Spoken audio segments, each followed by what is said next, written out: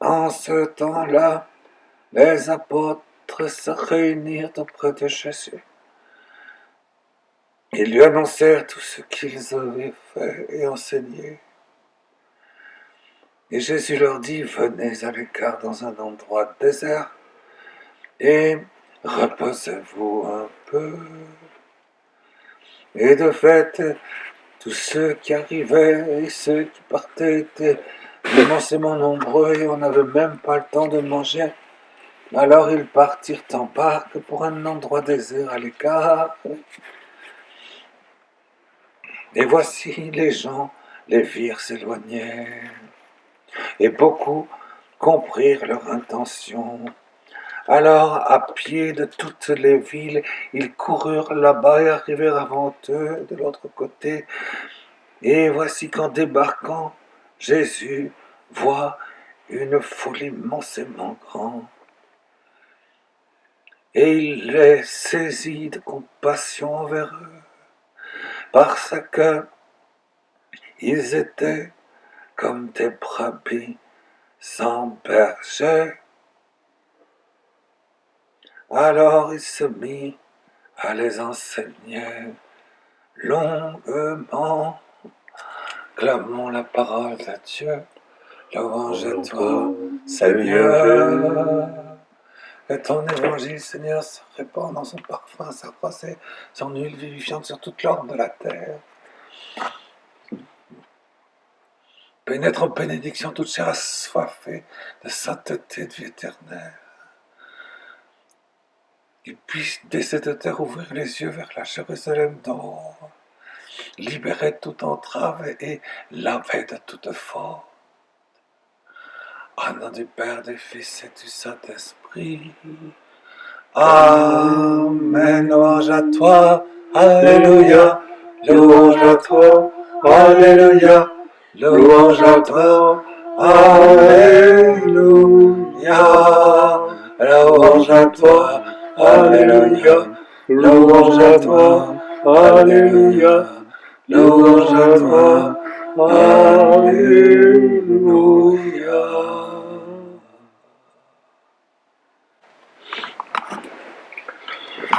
Les brebis sans berger.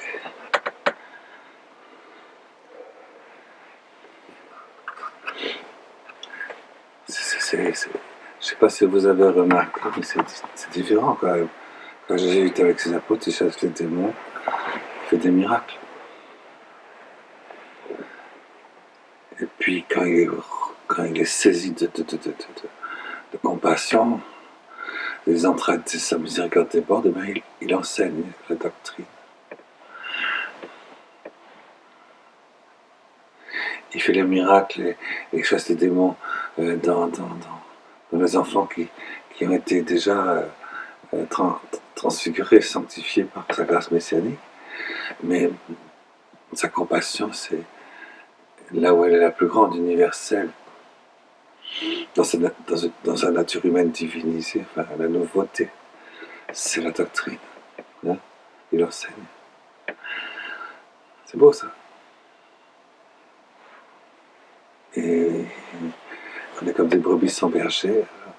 Dès qu'on se trouve un peu sans berger, on a besoin de cet enseignement, de cet enseignement qui vient du ciel. La bouche de Jésus, c'est pas la bouche des prophètes en 100 fois mieux. C'est pas ça, la bouche de Jésus. C'est le Père qui parle, et les deux lèvres du Père, c'est l'enseignement de Jésus.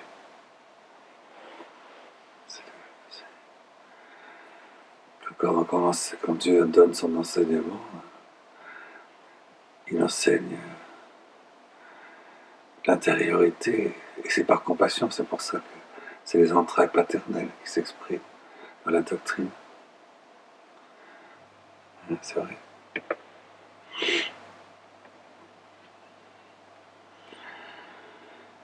Tu ne peux pas donner l'enseignement de Dieu si ce n'est pas la surabondance de Dieu qui surabonde de toi.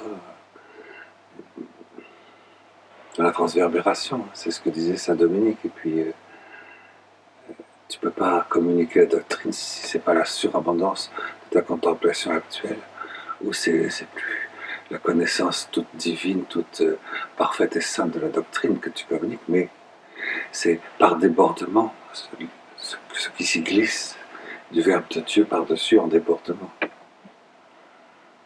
Ex contemplata tradere. Saint Dominique, oui, qui dit ça. C'est la doctrine, l'enseignement se reçoit à travers pas seulement un sacrement. C'est vrai que le sacrement a été institué par Jésus sur Saint Jean, sur Saint Pierre, sur les prêtres. Quoi. Dans le Monus Docendi, c'est un sacrement qui fait un miracle, que le Verbe de Dieu peut se transmettre et enseigner toutes les brebis sans berger. C'est grand d'être prêtre, vous savez.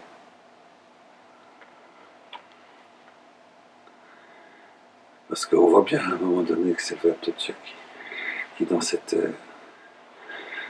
sermo sapientiae, fait déborder le Verbe de Dieu, qui se communique personnellement pour pénétrer les âmes. Et il s'adresse évidemment à l'humanité ouverte. Il ne s'adresse pas à une humanité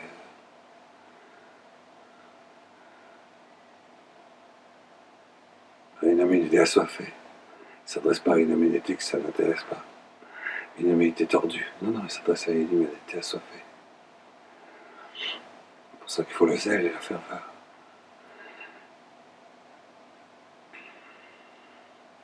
Et donc, ils ont saisi, ils ont touché quelque part à l'intérieur de Dieu la substance même de sa miséricorde et la lumière éternelle de sa bonté. Ils l'ont touché une fois et oui, ça soit fait. C'est à eux que s'adresse l'enseignement des prêtres. Personne d'autre, tu peux pas donner l'enseignement du Monus Docendi, du sacerdoce éternel élu qui maltamante du Verbe de Dieu dans le sein du Père, au-delà de son admirable ascension aussi, si c'est pas des assoiffés en ferveur.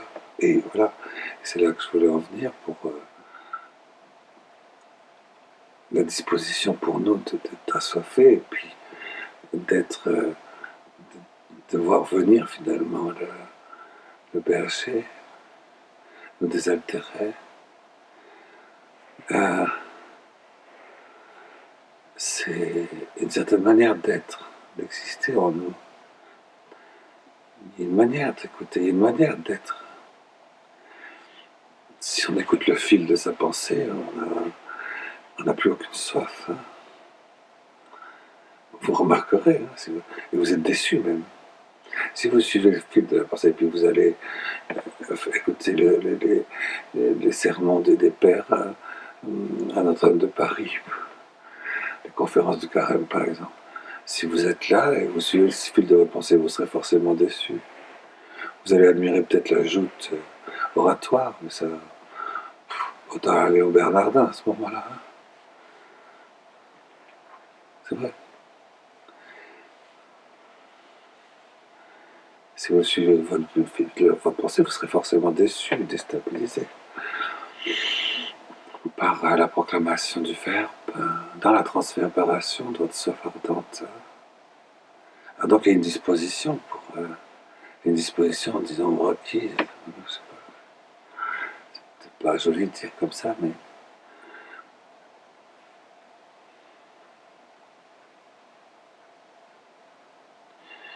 par exemple, moi je célèbre la messe et quelque part il faut que je sois assoiffé. Et pour être assoiffé, il faut que je sois dans une certaine disposition. Si je suis enfermé sur ma propre idée, ma propre substance, ma propre sainteté, même si elle est parfaite, on peut imaginer que j'ai une sainteté parfaite. Supposons que j'ai une sainteté parfaite. Ce qui n'est pas le cas. Hein. Bon, mais à supposer, au mieux, que j'ai une sainteté parfaite. Mais c'est pas avec ça que je vais être assoiffé. Si je suis le fil de ma sainteté parfaite, du point de vue de la communication de la doctrine, enfin, suis plus la petite brebis du Seigneur assoiffée. Voilà. Et je risque pas. Donc la disposition requise, c'est d'être assoiffé. C'est d'être assoiffé. Mais comment est-ce que vous me dites, mais et tu fais comment pour être assoiffé? Mais il faut que tu sois dans le troisième. Il ne faut pas que tu sois dans le cœur de celui que tu aimes. Par exemple, il ne faut pas que tu sois dans le cœur de ta moitié sponsale, en disant peut-être que dans elle, il y a une soif que je n'ai pas, en espérant que l'enseignement va combler son cœur. C'est pas ça. Il faut que tu sois dans la disposition de la soif ardente de l'au-delà de l'unité des deux, du troisième. Vous comprenez? Là, la soif est intéressante.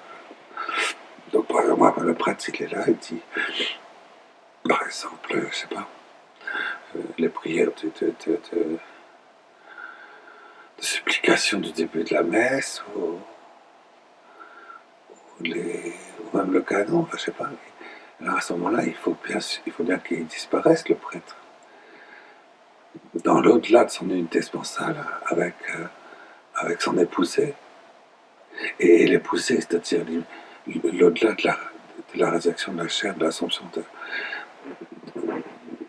la sponsalité dans l'Esprit Saint, de la féminité dans la chair de l'Immaculée Conception, et dans lui. Et lui, il va dans l'au-delà de l'unité des deux. Et une fois qu'il est dans l'au-delà de l'unité, c'est une soif folle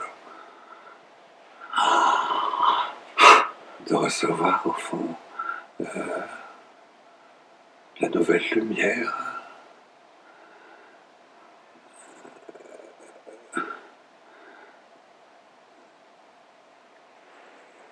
qui va désaltérer sa soif sacerdotale. Parce que l'amour ne peut pas rester comme ça, congelé, stable, pas bouger. On reste fidèle à un truc, on s'améliore quantitativement. On s'améliore quantitativement. Oui, mais enfin d'accord. C'est ce que me disait le Père Emmanuel. Maintenant que tu es prêtre, il faut que tu prennes du poids. Sinon on te respectera moins. Mais oui, c'est pas simplement une quantité qu'il faut. C'est pas quantitatif, ça, c'est évident.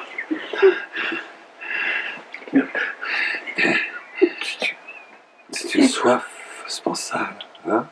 Bon, par exemple, on est marié. Bon, et c'est pas en me mettant en communion avec mon époux que je vais avoir une soif insatiable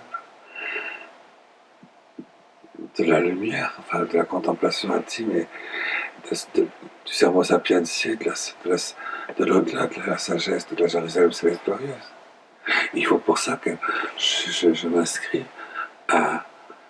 en m'abandonnant en lui, en disparaissant en lui, dans l'au-delà de l'unité des deux. Je m'inscris dans notre le troisième bara. Hein. Et c'est là, c'est pas moi qui prie, c'est pas moi qui m'écoute, c'est pas moi qui écoute, c'est pas moi qui prie, c'est pas lui non plus, c'est pas les deux ensemble, pourtant on y est bien tous les deux, mais c'est quelque chose d'autre qui a soif d'entendre, et là Jésus devient notre berger, et il nous donne l'enseignement. Il donne l'enseignement, il donne le verbe, parce que le bara a besoin d'être transverbéré, désaltéré dans la transverbération. Parce que Jésus notre berger que quand il transverbère. Parce que le verbe, c'est un verbe, comme dit saint Thomas d'Aquin, c'est un verbe memoris. C'est un verbe d'aspiration incrédable. Alors ça désaltère. Et donc l'oreille, c'est ça la disposition. Finalement, ce qu'on dit sur la sponsalité avec le pape Jean-Paul II, c'est très très très très très très grand. Parce qu'elle indique la voie d'accès pour pouvoir se disposer à aimer les prêtres. Les prêtres, si on n'est pas dans cette disposition, je vous affirme, on ne les comprend pas.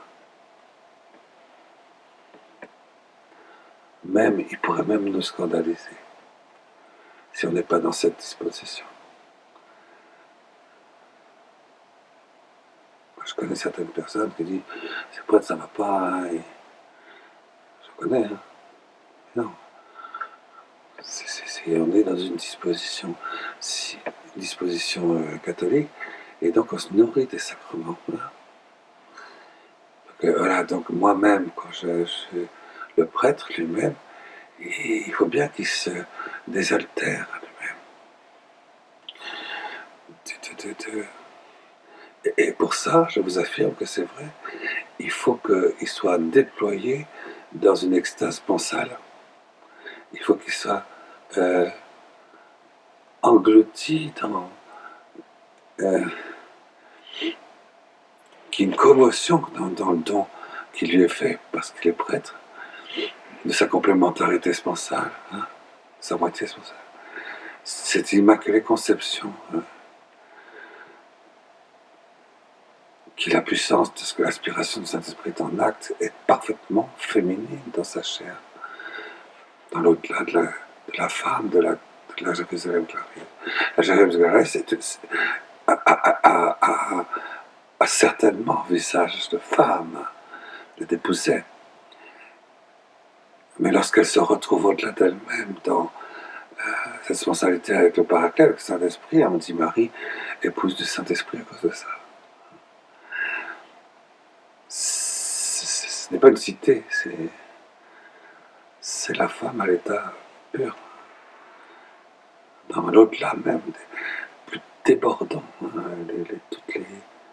Alors c'est elle qui nous est donnée, hein, dans le sacrement. Un sacrement donne quelque chose de très très très grand. Il ne faut jamais oublier un sacrement, c'est inouï. Hein.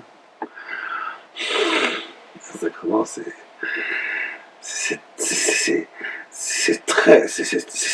incroyable, un sacrement. Enfin, si, justement, c'est objet de foi. Donc, c'est pas incroyable, mais c'est croyable, parce qu'il faut croire. Et on reçoit, alors, tu crois dans ton sacerdoce. Hein, et tu reçois, pas Marie comme épouse, c'est pas Marie, c'est pas l'Immaculée Conception principielle que tu reçois comme épouse, c'est la femme inscrite dans l'hypostase incrée de Dieu. Que tu reçois, et la femme inscrite dans l'hypostase. C'est à cause de ça que dans le nom de Dieu, il y a Yod, Vav, et puis dans le nom de Jésus, il y a un Shin au milieu. Il y a la 5e lettre dans le nom de Dieu. Et dans le nom de Marie aussi, à Myriam, il y a 5 lettres. Hein. C'est pour montrer l'inscription. Pour l'inscription à l'intérieur de l'hypostase sacrée de Dieu, de la féminité dans la chair. Et donc c'est elle qui nous est donnée en sponsalité. Hein. Et c'est cette féminité dans la matière assumée dans la grille de Dieu qui nous est donnée, et elle se donne, croyez-le bien. Elle s'abandonne.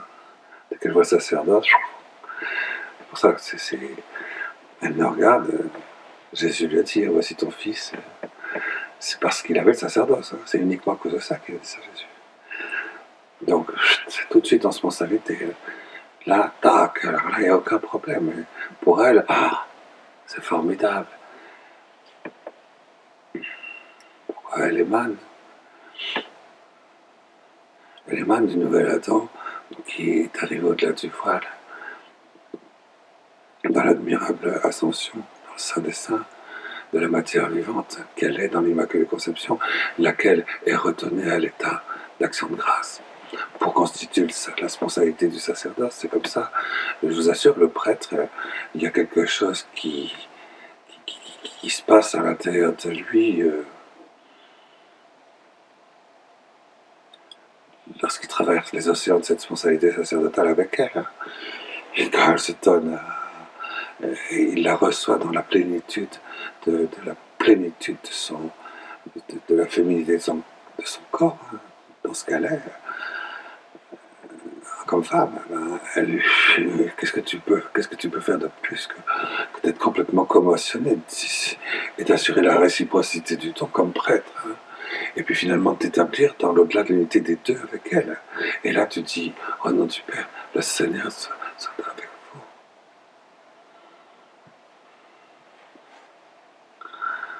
Et tu dis, Seigneur, encore, donne-nous ton pardon, tu as soif de compassion, de paternité, gré de Dieu. Et tu ne triches pas. Et c'est palpitant, et c'est sensible, et c'est physique. C'est véritable. Heureusement que Saint-Hildegarde nous a donné un nouveau mot. Et on est comblé sexuellement. On n'est pas des castrés. La spontanéité ne nous castre pas. Hein. C'est pas une castration. C'est pas parce que non, il ne doit plus y avoir de concupiscence que du coup, on est des êtres castrés. C'est pas du tout vrai, quoi. Et c'est une grande espérance pour le mariage. Parce que si les prêtres peuvent vivre la plénitude de la signification sponsale de leur différenciation sexuelle comme masculin, ça veut dire que dans le mariage, à plus forte raison, je veux dire. Même si c'est pas la même voie d'accès.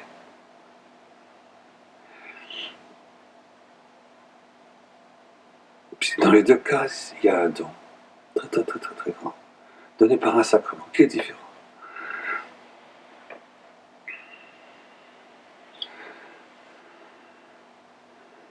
Ah, ça vous met dans une soif de sainteté, d'une transformante, etc. Et pour unifier toutes les sources de l'au-delà de l'unité des deux, dans l'incréé, dans le surnaturel, dans le glorieux, dans la terre, dans le principe, dans l'accomplissement et dans les cieux. Et c'est ça qui a un sacrement de mariage, à la différence du sacerdoce.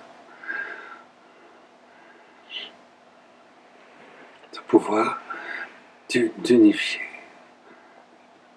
comme une source, comme le lieu, comme un lieu, comme étant le temple, toutes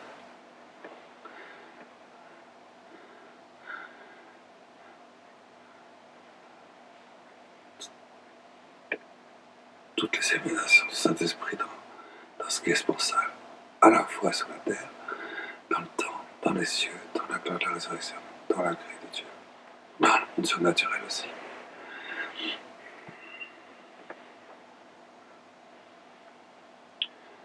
Et c'est là que l'unité sponsable accomplit dans sa commande de mariage, dans la septième demeure de sa perfection de sainteté, a de quoi accueillir même la dimension sponsale du sacerdoce des prêtres. Et croyez bien que quand vous en êtes là, vous êtes assoiffé de doctrine.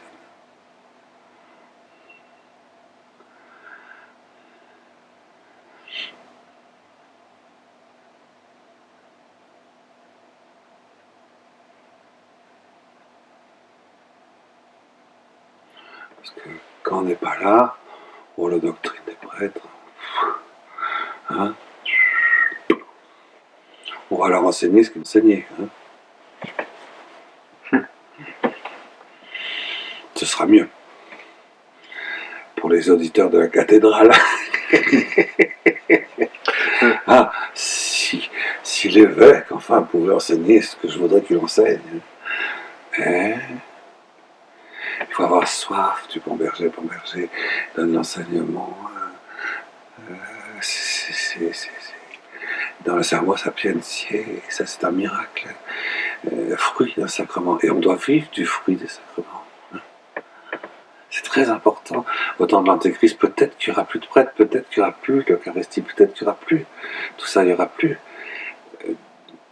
Possibilité. Mais il y aura toujours le fruit des sacrements. Le fruit du sacrement de prêtre, il sera là. Hein, ça, heureusement, quand on est divorcé, il n'y a peut-être plus la proximité, j'allais dire, hein, du mariage dans la maison, mais il y a le fruit du sacrement, parce que le sacrement est toujours, sera toujours là, quelque part. Il est toujours le tabernacle, dans un sacrement qu'on a reçu de son fruit. Quand il n'y aura plus de prêtres, supposons, imaginons, il ne faut pas faire beaucoup d'imagination, vous savez, mais le peuple se retrouve sans berger, hein, et plus de prêtres. Dans l'Antéchrist, supposons que ce soit possible, ça. Il faut que je puisse vivre du fruit, sacrement, de l'ordre, de ce munus docendi.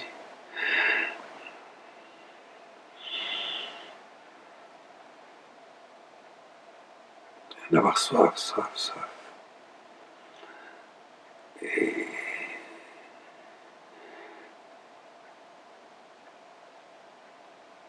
c'est pour ça que je crois bien que c'est le pape Jean-Paul II qui disait ça, que saint Thomas d'Aquin, pardon. Décidément, saint Thomas d'Aquin, il est partout. Hein. Saint Thomas d'Aquin qui dit il n'y a que 2 sacrements qui structurent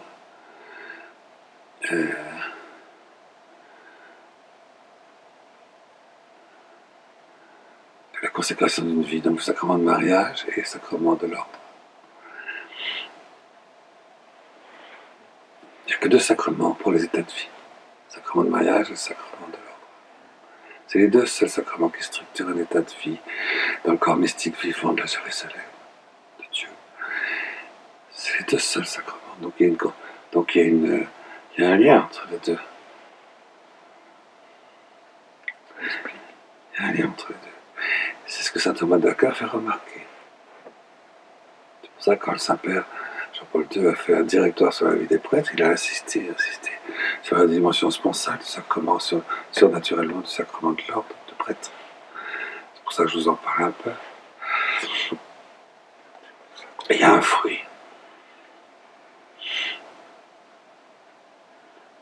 Une année, nous avions prêché comme ça une retraite, comme ça, pendant 10 jours, sur les fruits du sacrement de l'ordre. C'était magnifique. C'est magnifique. De toute façon, tout est magnifique. Bon. Mais on est pleinement saturé de jubilation dans le plaisir de l'au-delà de l'union, de la différenciation masculine-féminine quand on est prêtre. On est comblé, on n'a pas besoin d'aller chercher une compensation paroissiale. Compensation paroissiale.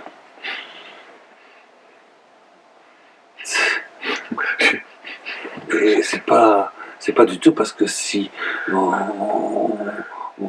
a une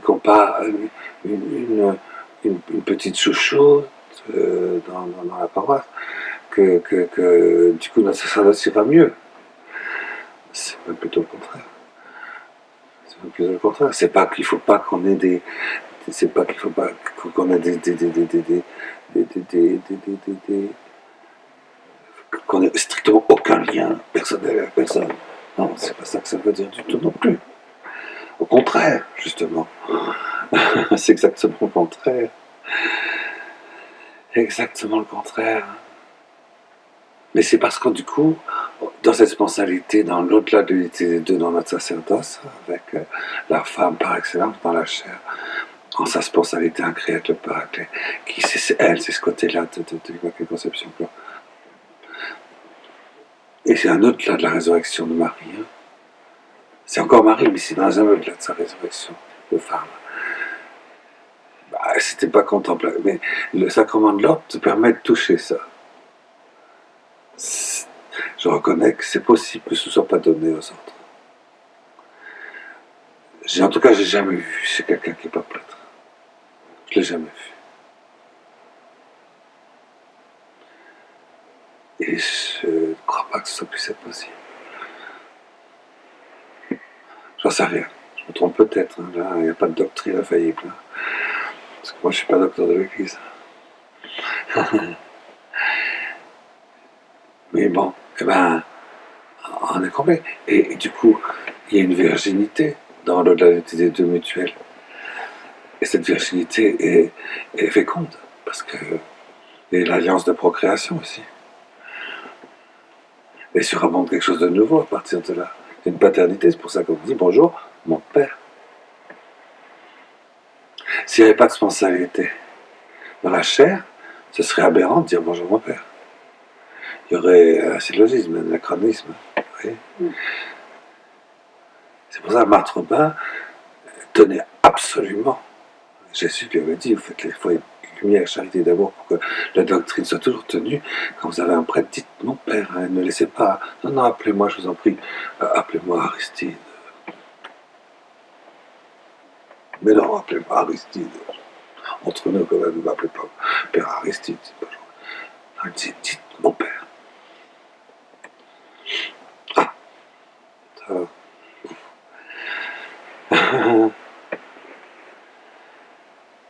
que c'est un sacrement.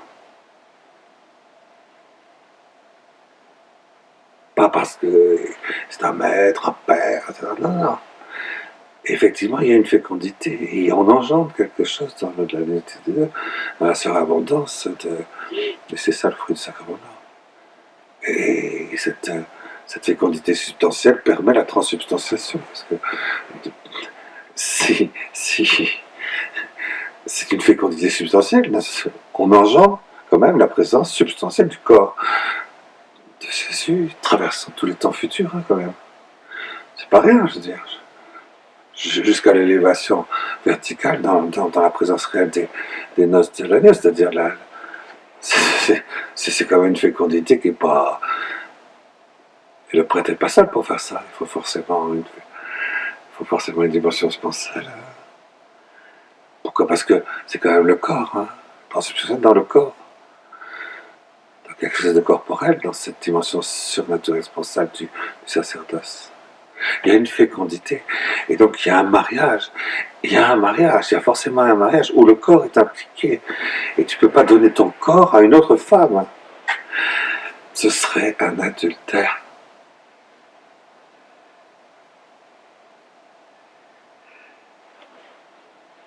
Ce serait un adultère transsubstantiel. Mais celui qui ne croit pas au sacrement, dans le sacrement du prêtre, dit bah oui, ça peut aider, qu'est-ce que vous voulez, c'est admis chez les orientaux. Oui, ça c'est grave de dire ça, c'est pas bien. En plus, c'est pas vrai. Si un oriental est ordonné évêque, et depuis le début des apôtres, c'est comme ça, il ne se mariera pas. Quelqu'un qui a été marié, c'est différent. Saint-Pierre, il a été marié. D'accord? Donc il faut faire attention à ce qu'on dit, vous comprenez? Et cette histoire de sponsalité est importante quand même. Saint-Père le Seigneur n'a pas permis de soulever ce voile. C'est nécessaire hein, que ce voile soit soulevé sur la responsabilité parce que le couvercle a été mis dessus totalement et on peut dire parfaitement. Couche de béton dessus avec Freud. Alors là, 6 générations freudiennes, tac, terminé. Là, plus personne n'y voit rien. Mon grand-père, c'est loin. Alors, il faut que ce soit dit. Il faut que ce soit dit. Il faut que ce soit faut pas que ce soit dit. Il ne faut pas que ce soit enseigné. Il faut que ce soit expérimenté. Et le Saint-Père, lui, il a tout fait pour ne pas l'enseigner et pour qu'on puisse y rentrer par expérience, hein, par soif, hein, et dans la perfection du don, y rentrer et le recevoir et s'y épanouir. Et c'est pas un enseignement qui est donné. Vous le verrez vous-même en regardant même les résumés de ce qu'on peut en dire en exprimant quoi, hein, les secrets, les sceaux intimes de la responsabilité, de la féminité, de la masculinité. Et c'est pour ça que c'est très important. On ne peut pas revenir en arrière pour le péché originel. On ne peut pas revenir en arrière à Glaive, et là, avec son Ramphaïa, l'archange séraphique. Donc, on rentre dans une autre modalité du corps, de la nature humaine, dans l'Ave Maristella, et une nouvelle création d'une sponsalité différente, c'est vrai. Parce que l'Immaculée Conception crée en la justice incarnée masculine de Saint Joseph, qui lui, dans son corps masculin, aspire de l'intérieur la substance divine elle-même de l'époux, de la paternité, de la première personne. Donc c'est pas tout à fait la même mode hein, de la sponsalité que d'avant le péché originel. Il ne s'agit pas de revenir hein, à la manière d'avant le péché originel, il ne s'agit pas de ça. Hein? Quoique la sagesse créatrice de la différenciation sponsale dans le paradis terrestre demeure un champ morphogénétique sur lequel Saint Joseph va être l'instrument de la création d'une nouvelle qualité, d'une nouvelle propriété, d'une nouvelle puissance sponsale, différente. Et c'est parce que c'est sous le même champ analogique. Hein. C'est un champ nuptial analogique. C'est plus un champ morphogénétique, c'est un champ analogique morphogénétique, surnaturel, quasi incréé, puisqu'il est à la limite du voile de la lumière, mais de la lumière et de l'aspiration active du Père. Mais là encore, quand on est sur la crête entre les deux, et c'est ça ce qu'a expliqué le 24 février 1980 le Saint-Père, on est à la crête de ces deux constructions, si je puis dire, enfin, création du bara, de la spontanéité. On est sur quelque chose on est sur la ligne pure qui permet de passer au-delà du méchant. L'antéchrist là, l'antéchrist, il ne peut pas atteindre ça. Ils ne l'ont pas vu. Saint Joseph, personne n'a vu que c'était lui le roi, que c'était lui l'époux, que c'était lui le... Personne n'a vu. Les voisins n'ont pas vu l'Immaculée Conception, que c'était elle. Personne ne l'a vu. L'Antichrist, il ne verra pas ça. Donc on passe là. Il ne verra rien du tout. Et pareil pour le fruit du sacrement de l'ordre. Il ne verra rien du tout. La royauté, elle est là. C'est là où on est les rois du monde, là. Hein. Mais puisque même l'Antéchrist est carrément très au-dessous. Donc on est au-dessus. On commande, alors, avec, comme disait le Père Emmanuel, avec des rayons laser extrêmement puissants, on balaye, les ennemis ils pensent être les rois du monde, sont déroutés. On déroute des puissances de l'Antéchrist par le roi, successeur du roi David. Dans le sang. Ah, Amen. Oh, on n'est pas des cracks. Hein. Alléluia. On a des bras cassés. Alléluia. On est des imbéciles. Amen. C'est ça que tu as choisi pour en vivre de ça.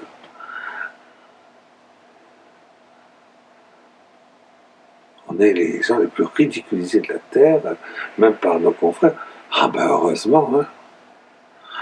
Ouf. Merci mon Dieu, alléluia. Et j'y arrive pas, je suis impuissant, alléluia. Alléluia.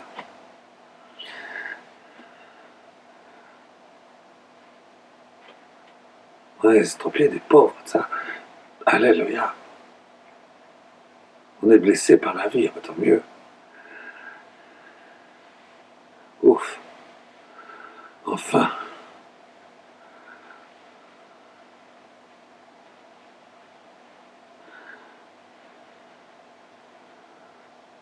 Pourtant, c'est drôlement intelligent. Mais certains vont vous dire, mais c'est insensé ce que vous dites. C'est pourtant, certains vont le dire, hein, c'est sûr. Et pourtant, c'est extrêmement intelligent. Il n'y a rien de plus intelligent que ça. Il n'y a rien de plus fin, il n'y a rien de plus sublime, de plus délicieux dans la lumière que ça, de plus vrai, de plus concret. C'est insensé peut-être pour la simplicité, dans les bras cassés, mais qu'est-ce que tu veux, je te dis alléluia, pour nous, ça nous désaltère, c'est la sagesse des pauvres, de la croix, des crucifiés, ça nous désaltère. Il n'y a aucune revendication, aucune révolte, non, mais strictement pas la moindre trace d'irascible.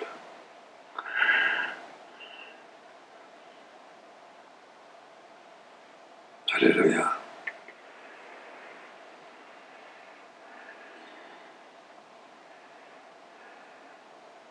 Alors quand il a vu Jésus, l'immensité de ses foules, de l'autre côté, il a pris de compassion, qu'est-ce que tu veux que je te dise? C'est normal. Et il s'est mis à les enseigner, mais alors longuement. Ah, ne me faites pas un sermon de plus de 8 minutes. Hein. Déjà 8 minutes, je craque. Plus que 8 minutes. C'est pour ça qu'on m'a pas confié de paroisse, vous voyez. Parce qu'il y aurait eu forcément quelques Isabelle dans la cathédrale pour dire non, non, vous avez dépassé 6 minutes, non, on n'en peut plus là. Je suis les enseignes longuement. Longuement. Mais ça pas demande 1 minute. Ouais. Les Isabelle de la paroisse ne vivent pas le sacerdoce de manière sponsale, vous voyez.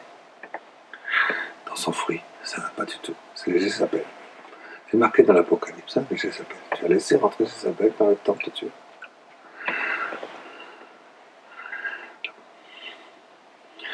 Balaam, c'est pareil. Les Nicolaïtes, c'est pareil. C'est ceux qui essaient de Nicolaïtes, c'est ceux qui essaient de comprendre le mystère avec toute leur intelligence théologique. Bien sûr, la théologie peut servir.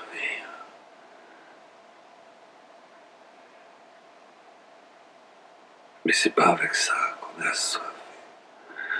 En sponsalité pure de la lumière contemplative qui nous fait nous toucher presque directement une personne, la Lumen Gloriae. Ça va du Père et du Verbe, c'est pas le cerveau. Un très très beau discours dans un sermon magnifique ne nous donnera aucune soif de la Lumen Gloriae, jamais. Ça n'existe pas, ça. Les Nicolaïtes, dans l'Apocalypse, il ne faut pas, la gnose surtout pas. Oui, bien sûr, l'enseignement du Verbe de Dieu, avec les mots par lesquels on est dirigé vers tout à fait autre chose que ce que l'intelligence théologique peut comprendre et enfermer dans son discours. C'est pour ça qu'on emploie des mots qui n'existent pas. Transverbération, union hypostatique désirée.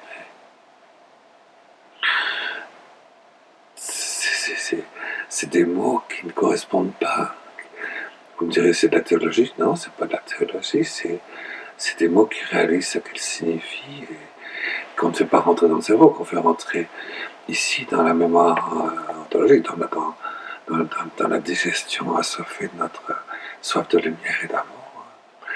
On s'exerce librement en s'ouvrant à cette soif ardente et à cette satiété de ce que ces mots contiennent en eux à l'intérieur de Dieu. Et on voit bien que ce n'est pas de la théologie.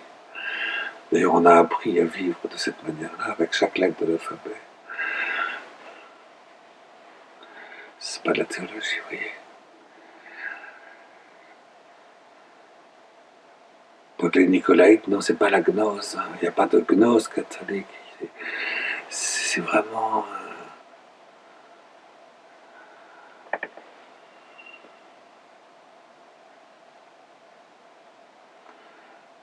Il n'y a rien à faire. Hein.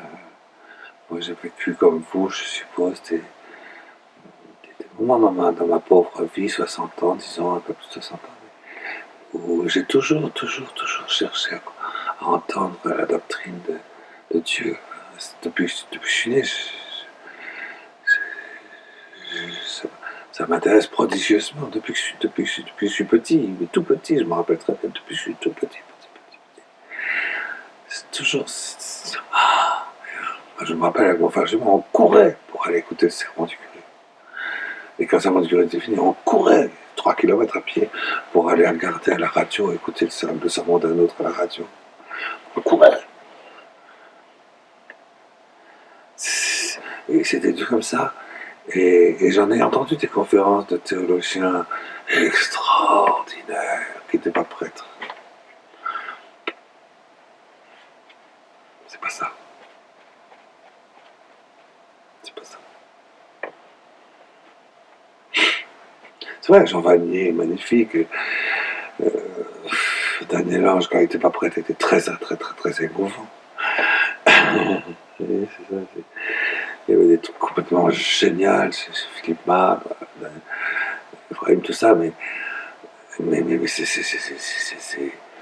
Non, c'est des prêtres qui donnent la surabondance contemplative surnaturelle d'une doctrine infaillible venue de la transverbération qui nous nourrit Ils étaient tous prêtres.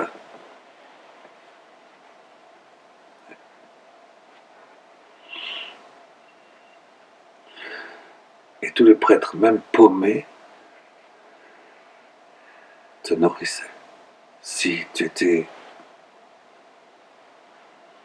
dans la bonne disposition.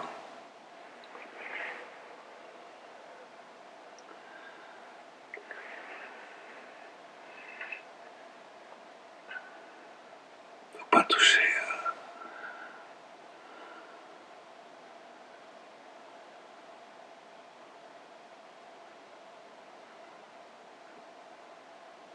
C'est pour ça qu'on voit beaucoup de gens, j'en suis désolé de dire ça, mais ils disent moi, l'église pour moi c'est difficile quand même parce que j'étais blessé par les prêtres. Ben, quand tu entends ça, tu es désolé.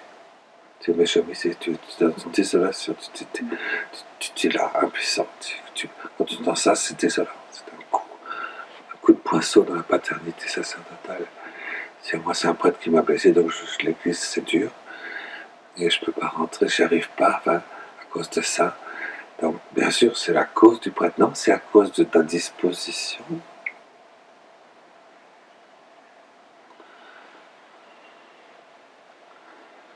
Oui.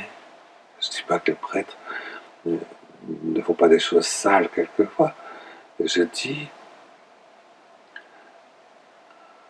quel que soit ce qu'il est, ce qu'il fait, il désaltère. Il me touche. Il me touche dans le plus profond de mon baptême. Il me touche. Parce qu'il y a une lutte en lui de toute façon. Et puis, il reste fidèle jusqu'au bout, quoi qu'il arrive, même s'il tombe. Même s'il fait des choses de noirceur. On ne peut pas lâcher. Même si on constate des choses. On ne peut pas. On ne peut pas. On peut pas. Pas à cause de ça, parce que moi, ça me fait toujours mal d'entendre ça, c'est vrai. J'ai un cousin, j'ai un autre, je pense à une quinzaine de personnes au moins. Ah non, je ne peux pas, un prêtre m'a blessé. C'est là où on voit que c'est terrible. Et ça se répand. C'est pas comme ça un parmi d'autres. C'est les trois quarts de ceux qui disent moi non, j'ai été blessé par un prêtre. Les trois quarts. Donc c'est pas des exceptions. Est-ce que c'est parce que tous les prêtres sont dans des actes de noirceur? Réponse non, bien sûr.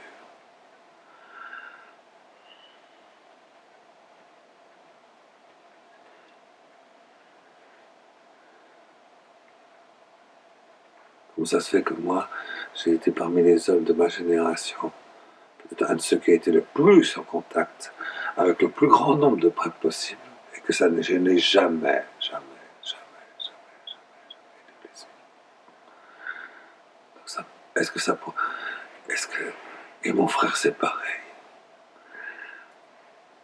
C'est vrai que si on avait été dans des dispositions différentes, ça nous aurait blessés. Mais tout est pur pour celui qui est pur. Mais pour celui qui est impur et pervers, tout est pervers. C'est comme ça. C'est une espèce de loi terrible.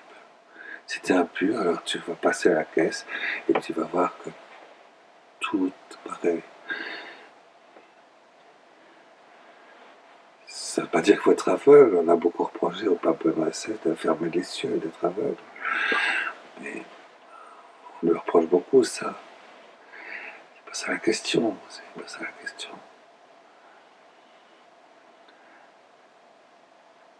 C'est que si on rentre dans l'innocence divine, triomphante de notre soif, dans l'au-delà de l'unité des deux, dans la dimension spatiale de notre vie, je l'affirme, moi, on ne sera jamais blessé par un prêtre de sa vie. Jamais.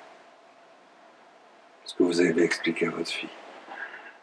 Si tu es complètement épanoui dans la signification sponsale de ton corps féminin, le jour où tu tomberas amoureuse de ta moitié sponsale, il ne se jettera pas sur toi.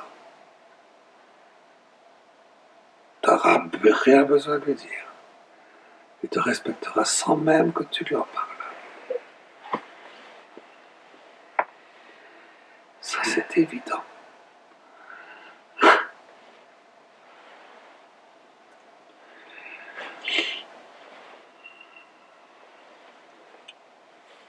Et c'est pour ça que ce que je dis n'est pas complètement désincarné. Ça a des répercussions très grandes dans la vie d'un jeune, d'une fille, d'un homme. On ne peut pas rester accroché à une vie entière qui a pris la mauvaise direction. Il faut se décrocher de ça et aller changer complètement notre vie contemplative de nature. Notre vision des choses doit être d'une nature totalement différente. Il doit y avoir un exorcisme, une libération, une délivrance. Il n'y a plus aucun fil qui nous lie à autre chose. Car au-delà de l'unité des deux, de la spontanéité, à ce moment-là, la liberté redevient totale. On est dans un conditionnement, cette fois-ci, qui correspond à notre innocence divine originelle, la liberté dans la mémoire dit. Ça correspond.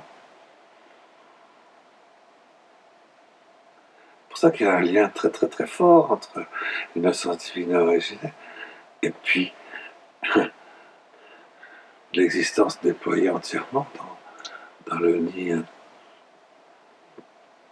palpitant et désaltéré de l'au-delà de l'unité des deux dans la troisième barra de l'unité sponsale. Et là, la grâce est reçue. Elle s'exprime, elle ouvre de nouvelles soifs, elle se désaltère, elle se transforme de plus en plus. En étant une capacité en même temps de transformation du monde à travers elle.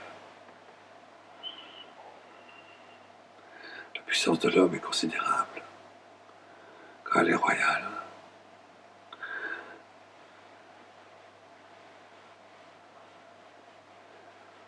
Alors, on se réveille même la nuit pour l'exercer.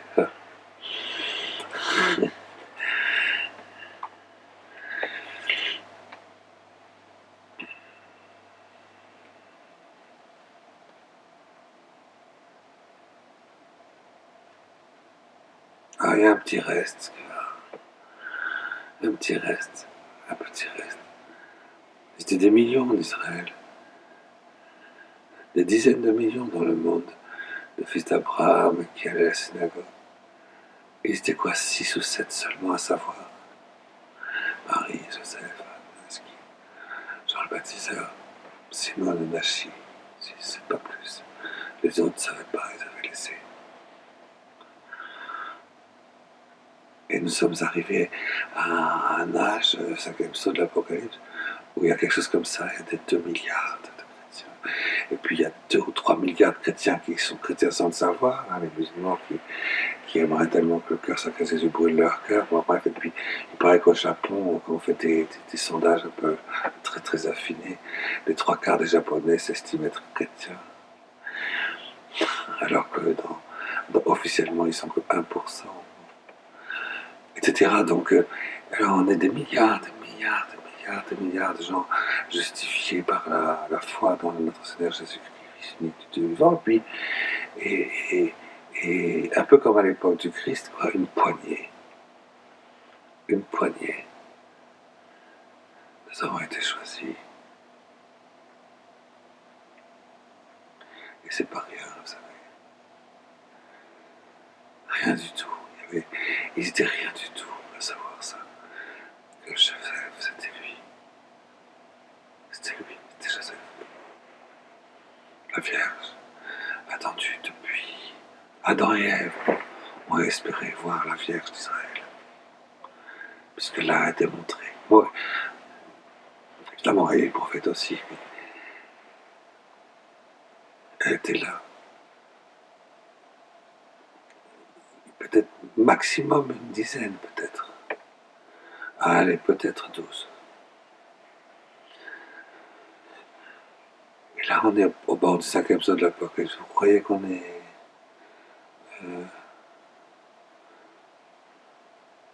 cas, il y a le roi.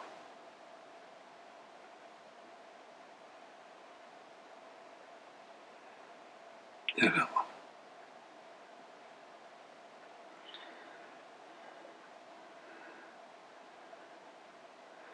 Et qu'on ne me dise pas que l'immensité des multitudes va accélérer.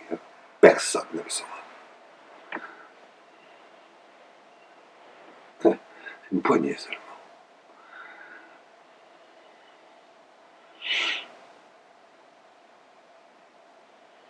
Parce que, vous comprenez,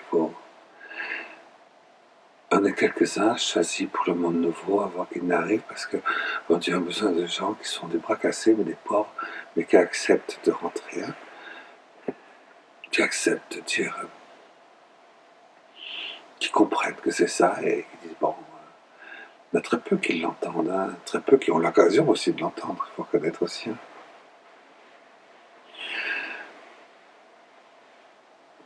Ça ne fait pas de nous des gens supérieurs, mais ça fait de nous des gens beaucoup plus pauvres, beaucoup plus abîmés.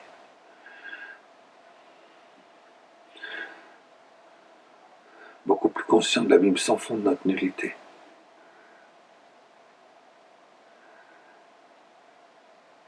Parce qu'avant de connaître tout ça, bon, on dit on est quand même quelqu'un, on fait de l'apostolat, on est bien, on fait de la manif, on prend des engagements, on est quand même une famille catho, on est passé du protestantisme au catholicisme, etc. On est finalement pas mal, quoi. Enfin, bon, on est quand même des exceptions dans notre monde, même en France. Bon, on peut faire la leçon à Ludovine, qui ne comprend pas certaines choses évidentes pourtant, bon, et qui sont des cadeaux de pointe et tout ça. Enfin bref, on est quelqu'un. Oh. Mais oui, mais quand tu commences à découvrir les secrets, la cinquième saut de l'Apocalypse, les secrets du monde nouveau pour s'y préparer, et là, tu vas pas dire que t'es un crack, je veux dire, non, t'es un bras cassé, puis c'est tout. Et là, tu vois vraiment t'es dans un abîme sans fond de sottise, d'imbécilité, bon, et alléluia. Ça t'affole pas, c'est pas grave, c'est pas ça qui compte. Ce qui compte, c'est de pouvoir dire oui. Dans ces portes ouvertes de, de la liberté, pas du monde nouveau, quoi. Et on sait que du coup, dans notre vision intérieure, on est en contact, on le voit, mais de l'intérieur, là, devant nous, là, quelque part en France, le roi, il est là. Et il n'y a pas de distance entre lui et nous. Hein. Y compris, hein, il n'y a pas de distance entre lui et nous.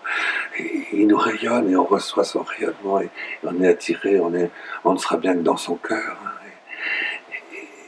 Et lui, bah, il va avancer, et nous aussi avec lui. Puis voilà.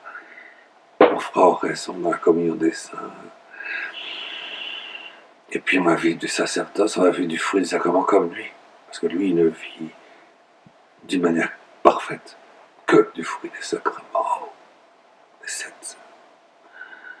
Dans l'unité totale de son don et dans l'abîme de sa pauvreté presque substantielle.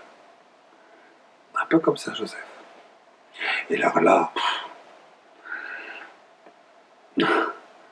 c'est ça la beauté de la France. Hein. Que le nouvel Israël de Dieu et le christianisme et tous les sacrements, tous les saints aboutissent à cette sainteté royale-là. Ça, c'est la gloire de la France. Et on sait que c'est de notre temps, quoi.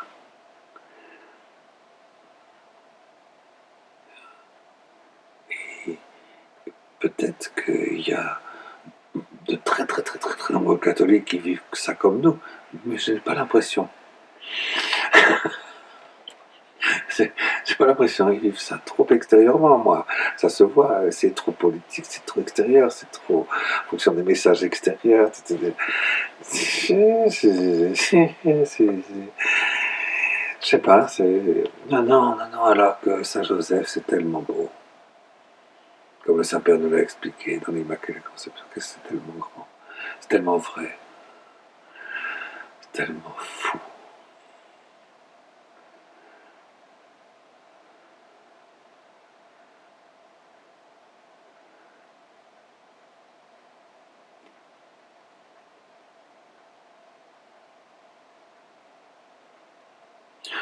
pas besoin de vous en convaincre, bien sûr.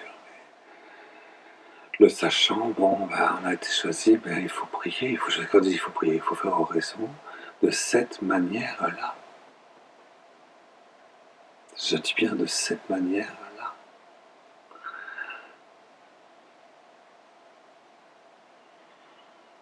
Le rassasiement désaltéré d'une transaction sponsale dans notre chair, dans notre personne, le mariage spirituel vécu dans la raison pendant une demi-heure, complètement désaltéré surnaturellement, et on est suspendu dans cette désaltération surabondante pour que les abîmes s'ouvrent de nouveau dans une transformation nouvelle, et on donnera à Dieu une demi-heure au moins chaque jour pour que cette opération puisse librement, par sa supervenue, Saint-Esprit, dans l'obéissance du Père, en cela, s'opérait. On va laisser liberté à Dieu dans sa toute-puissance de faire en sorte qu'on arrive à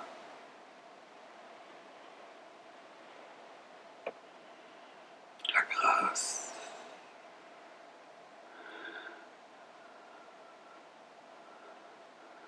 de l'advenu, de l'ouverture des temps. Et on ne sera pas surpris puisqu'on aura été des instruments conscients, comme des tout petits enfants de rien du tout. Et on sait quelle est la voie, on sait comment il faut faire. Alors après c'est une question de,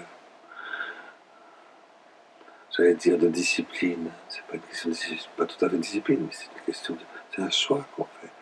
On choisit de dire oui à ça, et on va retrouver le nom qui est inscrit dans les noces de l'agneau, où nous existons avec une pierre blanche, avec un nom que nul ne connaît que lui seul, qui est le nôtre.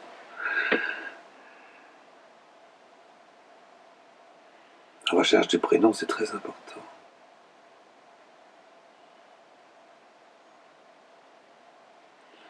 Pour le 6e psaume.